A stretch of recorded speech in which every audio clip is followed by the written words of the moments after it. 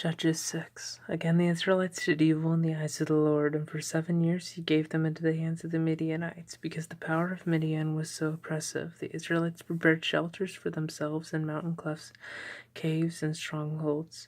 Whenever the Israelites planted their crops, the Midianites, Amalekites, and the other eastern peoples invaded the country.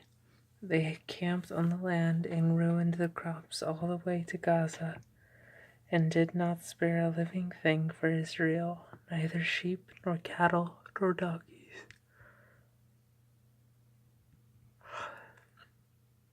They came up with their livestock and their tents like swarms of locusts. It was impossible to count the men and their camels. They invaded the land to ravage it. Midian so impoverished the Israelites that they cried out to the Lord for help. When the Israelites cried to the Lord because of Midian, he sent them a prophet who said, "This is what the Lord, the God of Israel, says. I brought you up out of Egypt. Out of the land of slavery I snatched you from the power of Egypt and from the hand of all your oppressors. I drove them from before you and gave you their land. I said to you, I am the Lord your God. Do not worship the gods of the Amorites in whose land you live. But you have not listened to me."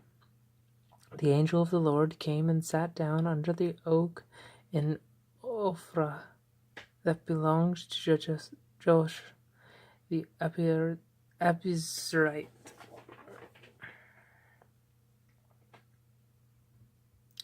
Where his son Gideon was threshing wheat in a winepress to keep it from the Midianites. When the angel of the Lord appeared to Gideon, he said, "The Lord is with you, mighty warrior." "But sir," Gideon replied, "if the Lord is with us, why has all this happened to us? Where are all his wonders that our fathers told us about when they said, Did not the Lord bring us up out of Egypt? But now the Lord has abandoned us and put us into the land of Midian." The Lord turned to him and said, "Go in the strength you have and save Israel out of Midian's hand. Am I not sending you?" But Lord Gideon asked, "How can I save Israel? My clan is the weakest in Manasseh, and I am the least in my family." The Lord answered, "I will be with you, and you will strike down all the Midianites together." Gideon replied, "If now I have found favor in your eyes, give me a sign that it is really you talking to me. Please do not go away until I come back and bring my offering and set it back before you." And the Lord said, "I will wait until you return." Gideon went in, prepared a young goat, and from of flour he made bread without yeast, putting the meat in a basket and its broth in a pot. He brought them out and offered them to him under the oak. The angel of the Lord God said to him, "Take the meat and the unleavened bread, place them on this rock, and pour out the broth." And Gideon did so. With the tip of the staff that was in his hand, the angel of the Lord touched the meat and the unleavened bread. Fire flared from the rock, consuming the meat and the bread, and the angel of the Lord disappeared. When Gideon realized that it was the angel of the Lord, he exclaimed, "Ah, sovereign Lord, I have seen the angel of the Lord face to face." But the Lord said to him, "Peace, do not be afraid. You are not going to die." So Gideon built an altar to the Lord there and called it "The Lord is Peace." To this day it stands in Ophrah of the Abiezrites.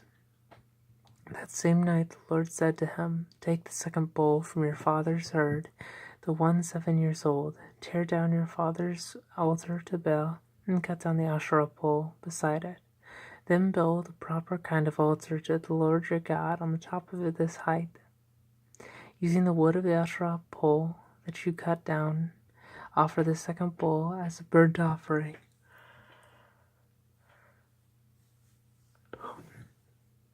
So Gideon took 10 of his servants and did as the Lord told him.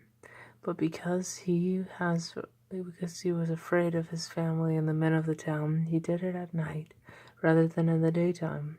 In the morning, when the men of the town got up, there was Baal's altar demolished, with the Asherah's pole beside it, cut down, and the second bull sacrificed on the newly built altar.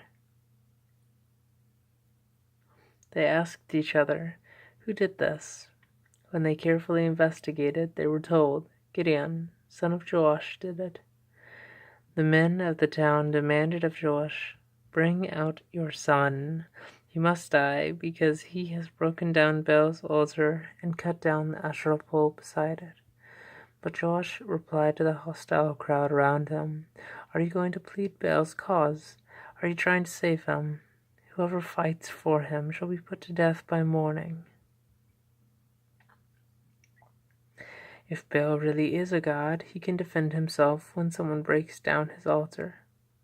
So that day they called Gideon Jerubbaal, saying, "Let Baal contend with him, because he broke down Baal's altar." Now all the Midianites, Amalekites, and other eastern peoples joined forces and crossed over the Jordan and camped in the valley of Jezreel.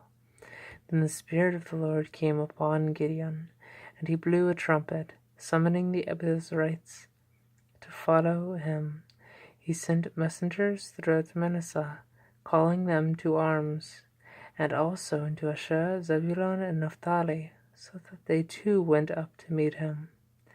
Gideon said to God, "If you will save Israel by my hand, as you have promised, look, I will place a wool fleece on the threshing floor. If there is dew only on the fleece and all the ground is dry, then I will know that you will save Israel by my hand, as you said." And that is what happened. Gideon rose early the next day. He squeezed the fleece and wrung out the dew, a bowl full of water. Then Gideon said to God, "Do not be angry with me. Let me make just one more request. Allow me one more test with the fleece. This time make the fleece dry and the ground covered with dew." That night God did so. Only the fleece was dry. All the ground was covered with dew. End of Judges chapter 6.